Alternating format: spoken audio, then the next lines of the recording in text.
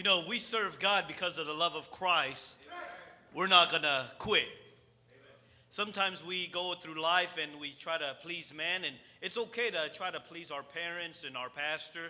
But if we put our first goal is to please Christ because we love him, boy, we're not going to just serve God for years. We'll serve God for many decades. I thank God for our college. I didn't get a chance to go to our Bible college. I had to go to a different college because we didn't have a Bible college. If we had a Bible college at our home church when I was in college, there's no doubt in my mind I would be here. Why? Because I love my church. I believe in my church. I believe in the man of God that started this church. You see, our pastor, right now, he's probably laying in bed or probably sitting in a wheelchair. I miss him. I love our pastor. And he was a man that gave up the comforts of whatever he was doing, and he went to Bible college to love Christ. Answered the call to come to Long Beach to start a church. Mowed lawns to start. By the way, guys, you guys getting into ministry, don't think you're going to go in ministry and what's my package? What am I going to get? How much am I going to get paid? You go to some church and serve some pastor and be so valuable to that man that he says, you know what? I can't but just hire this guy because he's going to leave. He's going to go somewhere else. Get in a Bible college. And I'm not just saying that because we have a Bible college. I'm saying that because I believe in Bible college. You go back to some of the visiting churches. You go back, you ask your pastor, where do I need to go? Say, I'm not going to get in the ministry. That's okay. Get in a Bible college because it's going to help you in life. I went to somebody's house recently, not recently, in the last year, and they were doing a paper on evolution, Pastor Goddard, a good guy. And I said, hey, man, what in the world is this? He said, man, you know, Brother Ross, I just had to do it because if I don't do it, I'll get a bad grade. I said, man, I think we taught you better than this. I was a little disappointed. He knew I was a little disappointed because I was his youth pastor. And I was a little bit sad. That young man should have went to Bible college, not because we want him here, but because all that training in Bible college will help him if he goes to secular college, not to go and get into that junk. Pastor Goddard, in our Bible college, we have the privilege of having Pastor Goddard come out and speak. Take advantage of it. If you're thinking about Bible college, I would come to our Bible college just because we have Pastor Goddard here. Our pastor talked to him, I believe. I think our pastor, no, I didn't think. I don't think. I want to say he said, man, why don't you start your own Bible college, Pastor Goddard? He said, no, I don't want to mess with that. But if he started a Bible college, I would, you know, if I was a student, I would be there if we didn't have our own. Pastor Gray, I talked to our pastor, Brother Gray, and I said, Pastor, if we didn't have a Bible college, where would you want to, what are some of the Bible colleges you would send our kids? He would say, he gave me a couple Bible colleges. He said, Brother Gray is one of the highest one I would recommend to our children if we didn't have a Bible college. And guys, you have the privilege to listen to Pastor Goddard, Pastor Gray. Don't take it lightly. Get something from it and get the Word of God in your heart. Brother Goddard's been a great friend. I can't tell you enough of how great our pastor speaks about you. He loves you. He loves you. He loves your church. And as teenagers, when I grew up, we did a lot. Pastor Goddard has made a big impact in his church on my life personally. A lot of decisions that I made is because of not Bible college, but Brother Goddard, his camp. I decided, Brother Goddard, to be pure until I got married at camp. I decided I'm not going to quit on God at one of your camps. I remember you preaching the sermon about the sword, and the mighty men held it so tight that he couldn't let go. You remember preaching that message? And that day at camp, I decided, you know what, I'm never going to let go. I'm going to hold on. I'm going to serve God so hard and stay so busy fighting for the Lord that I'm not going to let go. Let's give Pastor Goddard a big hand as he comes to preach to us.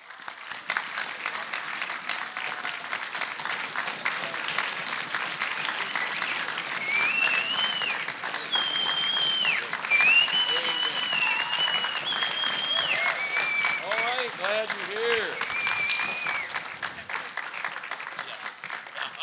All right, you can have a seat. Glad you're here. If you'll find the last book of the Old Testament, it's an Italian book called Malachi. And anyway, I had a Bible college teacher who was Italian, and he said that's the only really divine book in the Bible, Malachi, written by an Italian man. But the last book of your Old Testament right before the book of Matthew. That going to work for me? Great.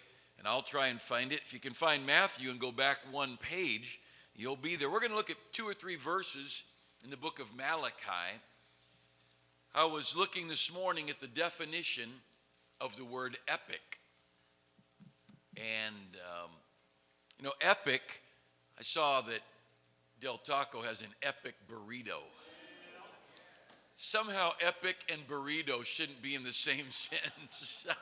I think that's really lowering. That's like putting some people in the White House that have been in there recently. They just don't match. The definition of epic: heroic, long, grand, monumental. Another set of definitions: ambitious, heroic, Herculean. An epic life, an epic church, something that's long-lasting, something that's above the norm, something that is better than anybody else could even imagine. And if we're going to have an epic life, you can have that. You can have a life that is heroic. Who's that gal, Angelina Jolie? There's nothing heroic about her. She couldn't carry a .50 caliber machine gun if she wanted to. She's a fraud. She's a fake. My wife married pure. My wife has been my wife. I met her in the 8th grade, and she not only married pure, but she's raised 4 children who all love God. My wife has taught an adult ladies class for I don't know how long. She'll have 50 ladies every Sunday in her adult class, teaching them how to keep their marriage right, teach them how to raise kids, teach them how to be a good wife. She's an epic lady. And while the movie stars are on their 3rd and 4th marriage and their 8th and 10th slut-like affair, my wife will be epic, heroic, Herculean, above average, long-lasting. Tonight, this morning, I'm going to be very frank with you about some goals in your life. Last night was a little lighter, and we talked about the prodigal, the big brother, the younger brother who chased the world. How much did he have? And how much did the big brother have? Everything. Choose to serve. What else did the big brother have besides everything? His father. Thou art what? Ever with me. This is the Justin Biebers, who still haven't grown up enough to not egg their neighbor's house. Pot, drugs, immorality, vulgarity. Wouldn't know how to be a father for the life of him. Over here you have the kind of staff in this church. Epic families. In a minute you'll hear Brother Gray.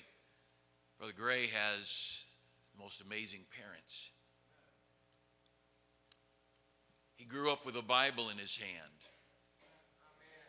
I grew up with a keg of beer in the garage. And countless times my dad would send me with an empty glass to go to the garage, to the refrigerator, and fill a glass with beer again for my dad. And I don't know how many times I've come into our home on a Saturday morning or Sunday morning after a Friday night or Saturday night party with all my parents' friends, and stale beer and stale drinks and mess everywhere from parties they'd have. But thank God, at 18, someone told me how to get saved. A teenager, by the way. A public school friend of mine met me in a city park and told me how to get saved. You know, I love the fact that I could come from a home where my dad left when I was 10. And I had the single mom who was wondering if the car would get her to work and back. I lived in a home where there was never Christianity or church. God can make an epic life from a broken home. Like I said, I met my wife in the 8th grade. We got married in the 9th grade. No, not really. We got married a long time later. It took a lot of growing up for me. I didn't get saved till I was 18. My wife was already saved. She was a good girl. I remember as a senior in high school with the wrong crowd in a wrong place, and the girl I was hanging out with and I had broken up, and one of the guys a little older said, "Bruce, why don't you go get to know that Tammy Dearman girl?" And somebody said, "That is a good girl. She wouldn't date someone like us." You know, immediately, listen, girls, listen. When an unsaved guy said of this teenager, at that time was a sophomore, 16 years old, when he said, "That is a good girl, she wouldn't date somebody like us," I decided as an unsaved high school senior, that's the kind of girl I want. I want a girl who's epic. Her parents never went to church with her. She had to figure out her own way to get to and from church. I remember the first time I saw her at church, she was in bib overalls and a flannel shirt. We didn't grow up like any of you grew up. Epic. We've been married 33 years. My kids have never known anybody but their mom and their dad as far as parents. I decided this was the world I came from. Single mother, broken home, booze. By the way, a whole lot of sadness. And I decided I was not going to give my kids that. I decided I was going to give my kids an epic home. My son, my oldest son, runs our youth department now. Our former youth pastor, Brother Victor, he went out with one of our young men and started a church. And 2 of his kids were with our group last night, but my son had to step up. He's 27 and take over a huge youth department and a lot of responsibilities. My daughter's married to an assistant pastor in Baltimore. My next daughter works on my staff. She's engaged, getting married in a couple of months, to a young man who grew up in our church. My youngest is 16. He was sitting up there with his brother being his youth pastor. The 2 of my kids that are married, and the third that is about to get married, the 2 that are married pure, and married pure people. And we've only got 8 or 10 weeks left, so the third one's likely to be married pure. My kids have never seen their dad with a cigarette or a joint or a beer. I'm not looking down on my father or your father. I'm just telling you, you can give your kids something different if you want. What is it that America needs today? Why is it? Family in our church moved out to our area. I said, "Where'd you come from?" They said, "We moved from Long Beach." I said, "Really? Why'd you move out?" And the dad said, "My boys were walking home from school one day, and somebody pulled up in a car and said, 'You got the wrong shoes on, get out of our neighborhood.'" And they're like, "You, maybe the wrong shoes. How do you wear the wrong shoes?" They told him, "We see you again, you're dead." So they moved to Wildemar. People don't even know what, there's no walls to spray paint. I mean, the only way you can graffiti in our town is if you can do chain link fence or tree trunks. When I started our church in Wildemar, there were 1,000 people. You'll have more people on this property on a Sunday than we had in our whole town. Our country's a mess, young people. Some of you have seen things you never should have seen. Some of you have faced wrong you never should have faced. Filth has been on your TV and your phone and your computers that you never should have had to be confronted by. Our country is a mess. And too many young people like you are just saying, I just got to survive. I just got to figure out how to live in this street and go to this school and walk up and down the street to the store and live. And I'm not worried about anything spectacular. Look, I just want to exist. I just want to be left alone. No kid should have to grow up like that. I want you to look with me at a couple of verses this morning on how to have an epic home. First of all, we've got to have a decent nation, but if we're going to have a decent nation, we've got to have a decent home. Look at Malachi and look down at chapter 2. Malachi chapter 2, and I'm going to give you a lesson on the home today. I don't think we can have good churches if we don't have good homes, and I don't think we're being taught how to have good homes, not that you're not in this church, but in America. Look at Malachi. I'm going to be very frank this morning and talk to you about marriage. How many of you figuring on getting married one day? Good. How many figure on marrying the opposite gender? Good. Glad to hear it. Malachi, look at chapter 2, verse 15. And did not he make one? You ever heard the vows? The two shall be one flesh. God, a man shall leave his father and mother and shall be joined unto his wife, and the two shall be one. God makes two one at marriage, not at sleeping around like the movie stars and the music industry world leaders and the athletes. God makes two one with a commitment. But in verse 15, look at this now. Everybody look, I want you to understand what God says. Wherefore, why did God make one?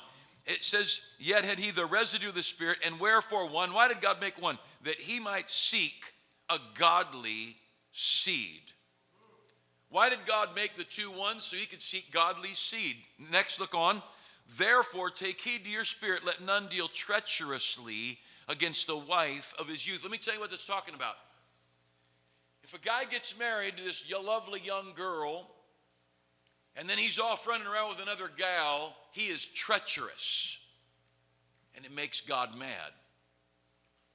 If a guy walks out on the girl of his youth, the wife of his youth, and marries another, there's a divorce, a broken home like my home, like many of your home. I've got deacons and staff members who came from broken homes. It's just our country's a mess. God says it's treachery. It's a Benedict Arnold. It's somebody who's selling out to the other side. And God says, because of that, I will curse your nation. You want to know why we're in a mess economically? We can't pay our bills. You want to know why America's in a mess? Our educational system's a mess. You want to know why your students in the public schools around you, half of them can't read? Because we have lousy homes. Now, I don't mean nothing against you or your parents. I'm telling you, America has messed up our homes. Can I tell you something? These hands, girls, look at me. These hands, they're clean. These lips, they're clean. When I stood at an altar and said I do to my wife, this guy has stayed loyal and true to his marriage vows. My children have never worried about me running around with another woman. I've got a tablet in front of me, a phone in my pocket. They're clean. I don't know how you check history, but if you can check history, go for it. Not going to bother me any. My mind is clean. I decided my eyes would be clean. I decided to give to my wife a man that would love her. In my marriage vows, I said, listen, to keep only to her so long as you live. And I've kept that vow for 33 years. Doesn't matter what your parents have done, my parents have done. Question is, what are you going to do? But why? Look in the middle of verse 15. Why did God make the two one? The answer, that he, God, might seek a godly seed. God's looking for godly kids. Now, quickly look to chapter 4. And I've got way more to say than the clock will let me say this morning. But look at chapter 4. We're talking about dads. You guys this morning, this is for you. By the way, the treachery in chapter 2 is because guys get looking at every gal around. You find the gal that God has planned for you, and you love her and marry her and stay true to her if it kills you. I mean, till death do us part. Chapter 4, verse 5. Chapter 4, verse 5, behold, I send you Elijah the prophet before the coming of the great and dreadful day of the Lord. So God's going to send Elijah, that great preacher, and it says in verse 6, and he shall turn the heart of the fathers to the children, and the heart of the children to their father. Now look at the end of that verse. What's God going to do if the dads and the boys and girls don't get right? Verse 6, you see it? Lest God says, I'm going to come and smite the what? Earth with a what? This whole world. Look at this. Can we make this thing work here? This, I probably have to turn a button on. This world, our nation that you're living in right now, the nation you're going to grow up in, you know why Long Beach is a mess today? You want to know why LA is a mess? You want to know why America is a mess? You want to know why the world is cursed today with so much hurt and so much suffering and so many kids abused and so many wives abused? And why should a child see a dad grab a mom and slam her against the wall and hold her neck with his hand like some of my kids have seen this week? You know why? Boys, look at me. Because a bunch of boys like you didn't think the family was important.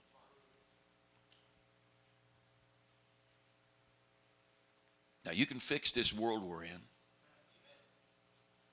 If you boys decide to man up and love your kids, love your kids enough to get a job, love your kids enough to keep your marriage vows, love your kids enough to bring them to Sunday school, love your kids enough, you say, well, it's a woman, hey, you know what, if my wife quit going to church, me and my kids are going to church. I'm not going to boss my wife around, but I'll tell you what, I'm the head of my house, and me and my kids are going to Sunday school. I'm not a perfect father, a perfect husband, or perfect anything, but I'll tell you what, I've been in that book every day, and my kids know their daddy loves God, and my kids know their daddy loves them, and I'm not going to go out chasing after the filth of the world and have my kids wonder where their dad is. Now, you boys in here, it's just, you got to decide now as a teenager whether you're going to be a man or an animal.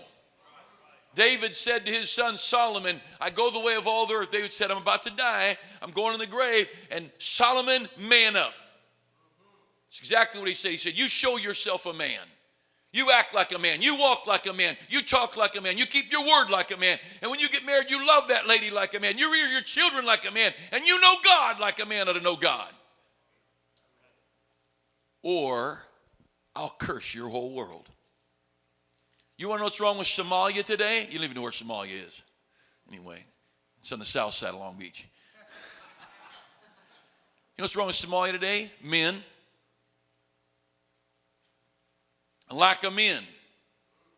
God says, you boys grow up and be a man, and you fall in love with a girl, and you marry that girl, and you don't deal treacherously with that girl.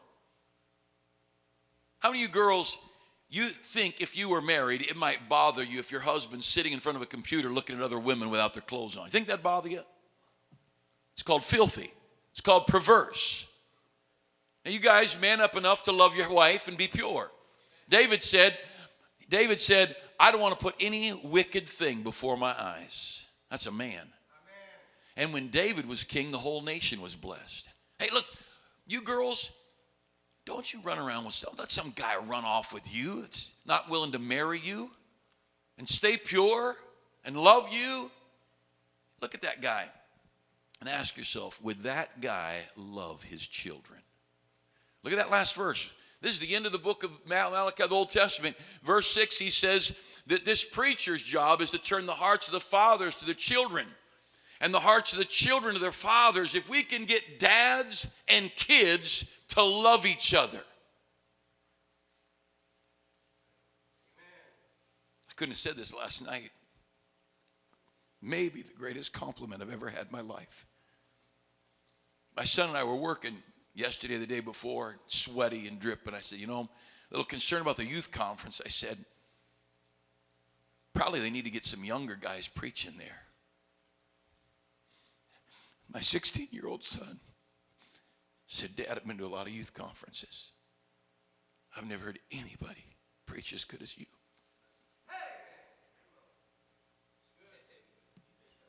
Can't get any better than that, Brother Gray.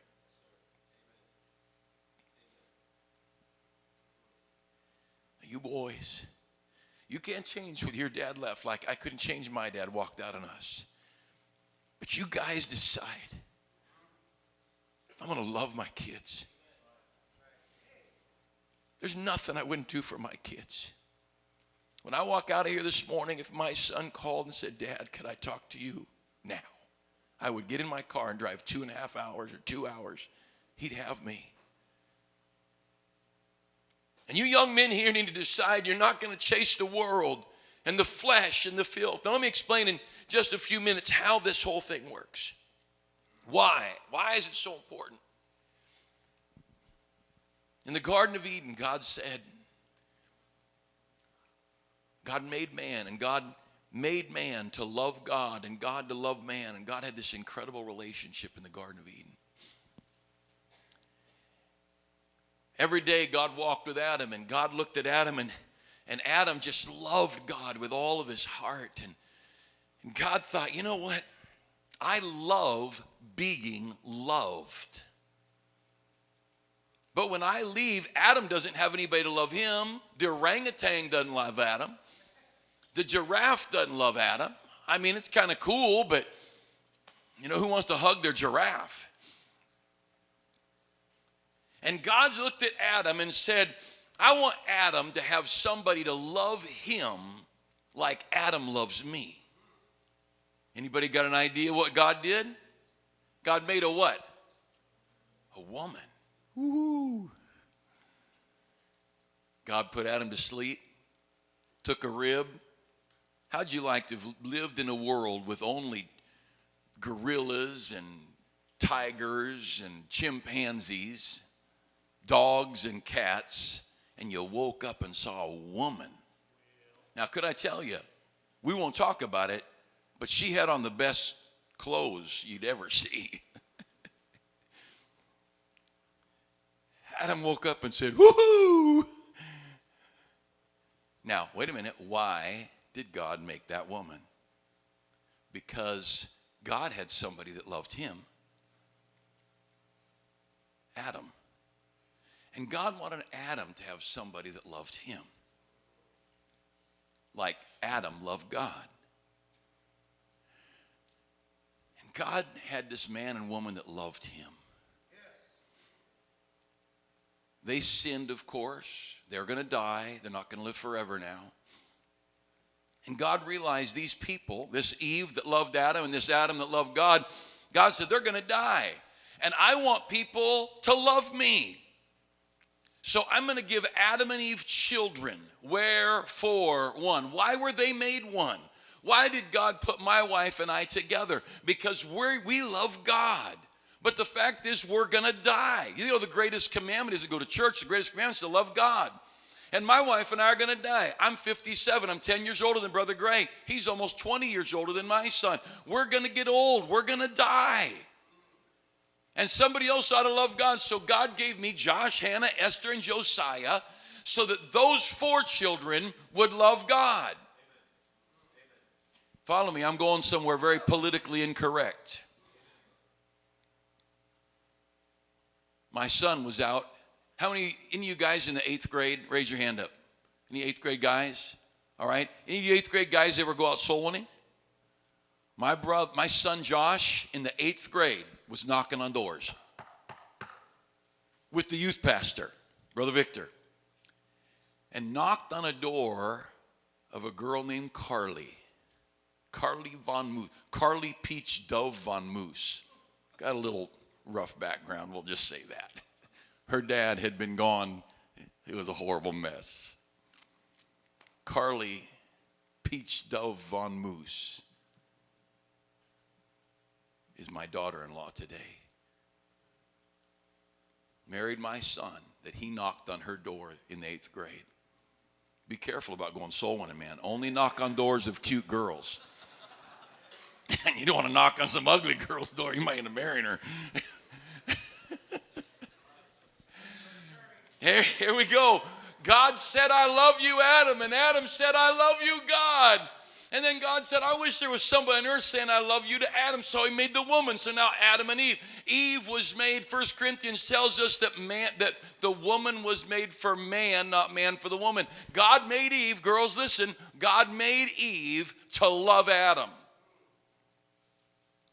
To look at his big bulging biceps and say, whoa, you got the biggest muscles in the world. And then when he hits 57 and there are other areas growing, for her to say, you know, I didn't really like you when you were skinny. You look so much better with some extra weight on. And I was saying, yeah, I got her. You won't believe this. When I graduated from college, I was 70 pounds lighter than I am now. I think, man, it stood sideways. I had no shadow. Right now, I'm perfect. Ask my wife. Girls, that's exactly what God made her to do.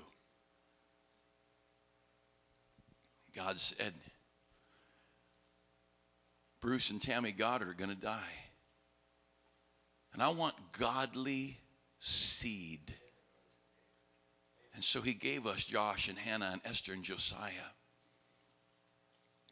And my goal in life is that they would have my heart and I would have their heart. Boys, listen. Boys, listen. When you make a commitment to marry a girl and have a child, you are making an eternal commitment to rear that child for God. That's the reason you have it. Now, here's what the world's done. The world says, girls, you can have a career. You can make a lot of money. You know, and you could. You could have a career. And you could make a lot of money. Look, girls, look. But could you fulfill what God made you to be? Girls, you may have to work to help pay the bills, but that's not what God made you in this earth for. God put you on this earth to love a man, and God put you on this earth to rear godly children. Now look, that is from the Bible. God puts you in a relationship with a man. Number one, to love that man. Number two, to rear godly children. And if God doesn't give you children, we've got a couple of families in our church. Hey girls, stop. I know I'm a guest. Look, you can leave or you can stay. Look at me, I'm talking to you. This is an authority now. You may not understand that. You can leave or you can stay, but you cannot mess this up for the people around you who want to listen. Okay? It's your call. That's your one chance. I'm a guest, but I've got the mic. This is how I run our youth department. I'll have 200 teenagers in church Sunday. And I love you. I'm not unhappy with you, but there's kids around who need this. And you may not need it. It may not be for you, but there's kids around you who need it. It's just disrespectful to the teens around you. It's not about me. It's about your friends. God put my wife on this earth to love me and to love my children and to raise my children for God. Girls, the reason you're breathing is not to have a career. What good is Angela Jolie? What good is a Justin Bieber? What good is a Shaquille O'Neal or a Kobe Bryant? What good is a LeBron James? Oh, look at all the money they got. They're miserable, broken homes, broken marriage, broken morals. God put Kobe Bryant on this earth to love him. And if Kobe Bryant was man enough to make a commitment to a girl and marry her, he put that girl in Kobe Bryant's life to love him, and that the two of them would rear godly children. That's why they're here. Now, could a girl get a job? She may have to work some. But look, girls, your main job and work in this world is not to get a job. It's to love your husband and rear godly children. Along comes some idiot and says to you girls, now girls, you don't want to have children until a lot later in life because you want to have your life. Wait a minute. Where in this thing do we get your life? Hey girls, it's not about your life. Fellas, don't you marry a girl who wants her life. You marry a girl who wants your life. Just what I want. Some girl to marry me who's got everything important in life and I'm somewhere down the ladder, about 10th down there. Ain't no way. I am number one in my wife's life. By the way, girls, she's number one to me. Well, she's after God, number two. God's one, she's second. Really, she's not. God's first, my work's second, she's third. Really, there's basketball. She's fourth. No, I'm joking. You know, girls, I wasn't made for her. She was made for me. I've got a pair of tennis shoes in my closet. Every once in a while, they're older, dirtier. Every once in a while, they say, Bruce, you've not worn us in a while. I say, shut up, shoes. I'm not here for you. You're here for me. I'll put you on when I work in the yard. I'll stomp through the mud with you. Bang you off when you dry it out and stick you back in the closet. Understand this, girls. There's somebody's going to tell you. I heard an assistant pastor's wife. They had one little child. Assistant pastor's wife, a big church, good people. I said, wow, that's great. Their baby's about 18 months old. I said, wonderful. Isn't that good you have this little child? She said, you know, we're not sure we're going to have any more. There's just so much to do at the church, and I'm so busy with the ministry. I almost popped. Good grief, girls, you're not here for the church. You're here for your husband, and you're here to raise godly seed. Long before there was a church, there was a woman. Long before there was a church, there was a husband for that woman. Long before there was a church, there was a husband and a wife and children. And God says, you raise those babies for me. If you can teach Sunday school, go for it. Maybe you can be a church secretary, teach in the Christian school, help out here and there if you can do it. But don't you forsake your children, because more than anything you can do for the world, you rear your children for God. That's what God made ladies for. Girls, understand this. God's glory forever is in your hands. God says, you don't raise your children for me, I'm not going to have anybody. That's why we need bus workers. Because I'd have been a bus kid if somebody had knocked on my door.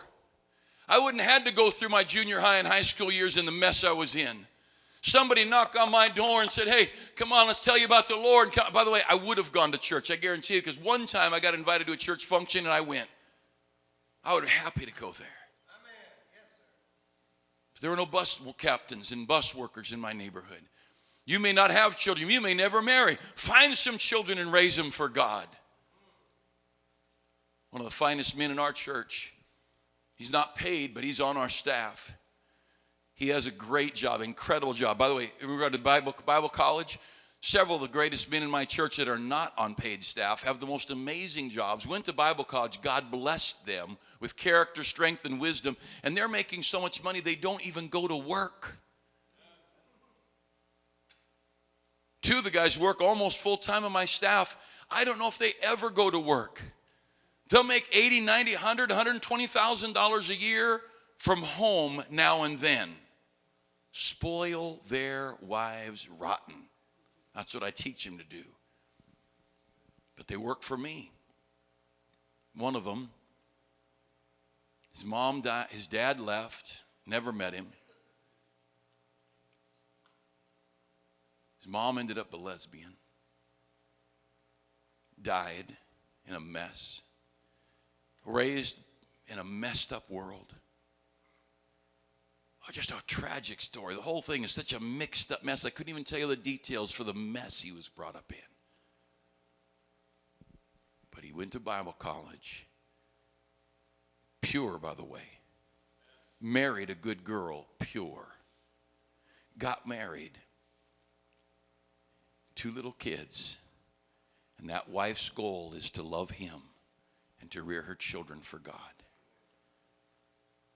You know what, girls, your divine duty is to love your husband. Now, if you don't get married, there's other things for you, wonderful things. But first, if you're married, you love your husband. Second, you rear those children. Guys, your job is to love God with all your heart. That's what God made you for. Your next job is to make sure you and your wife raise godly kids. And if you guys don't get your heart tied intimately with your children, God's going to curse this world.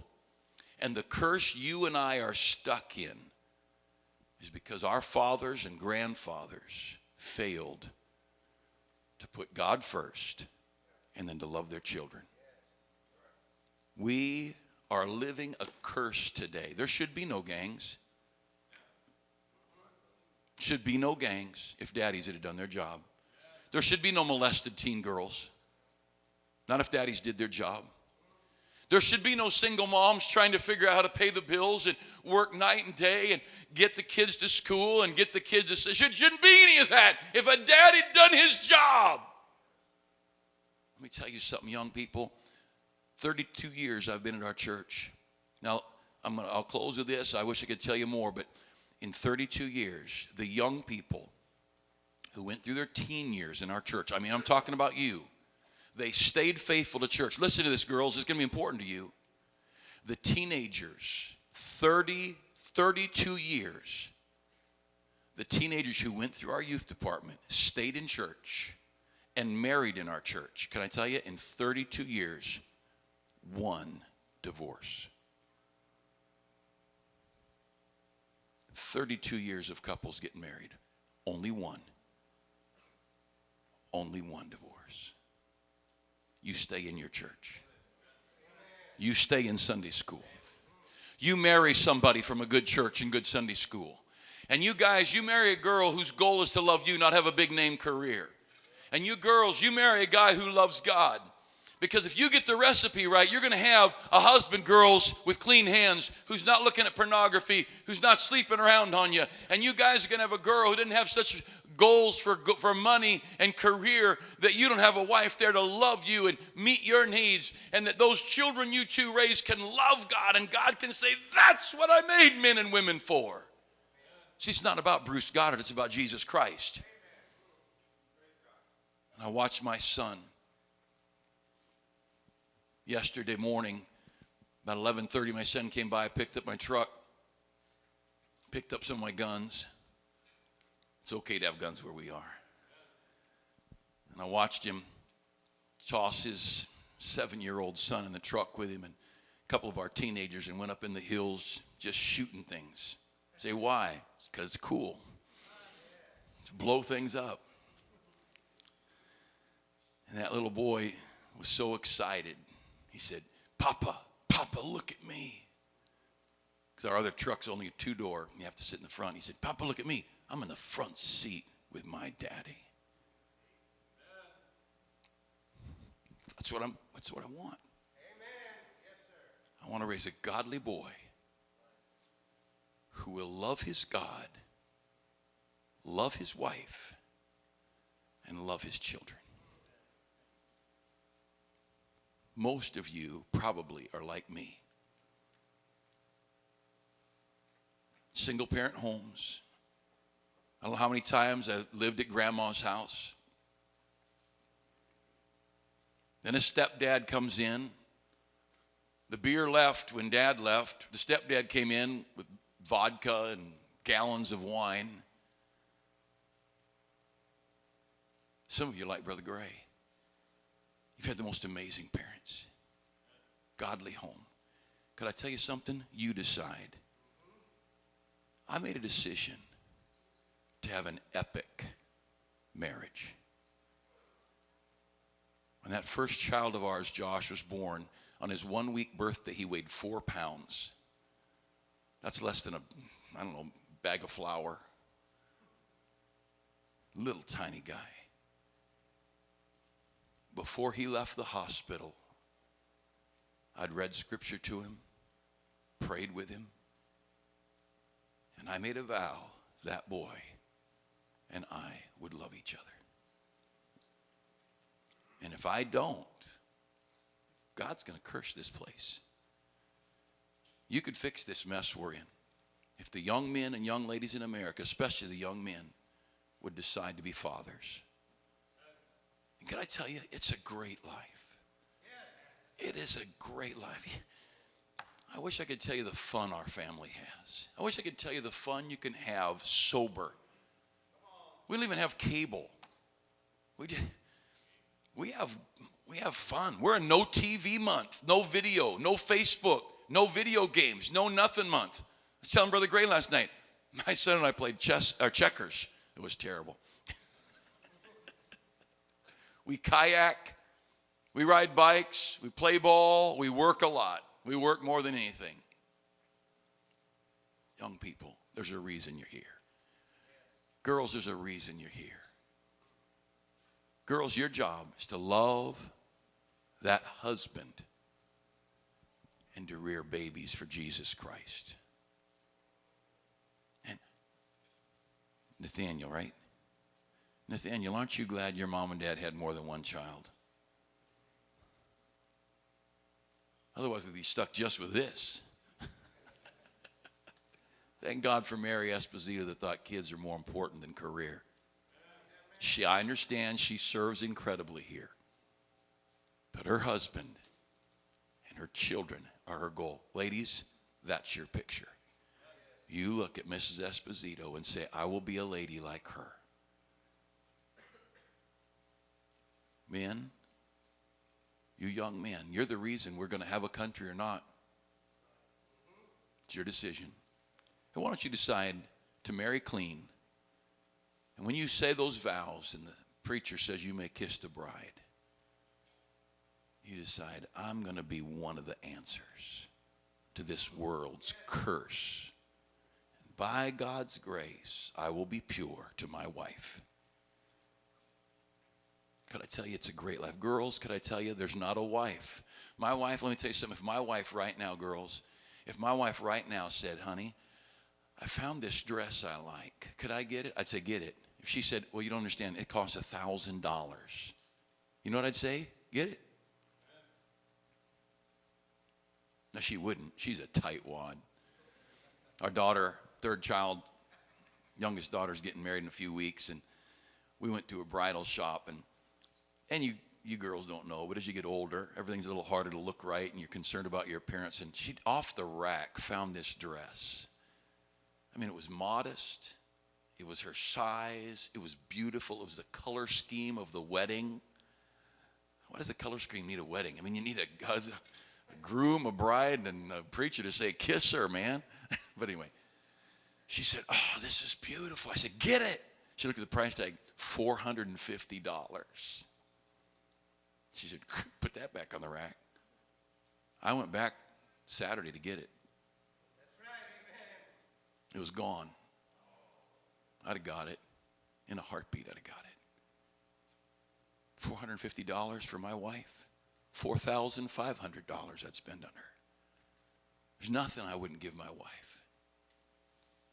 She loves me. She loves my children. She loves my God.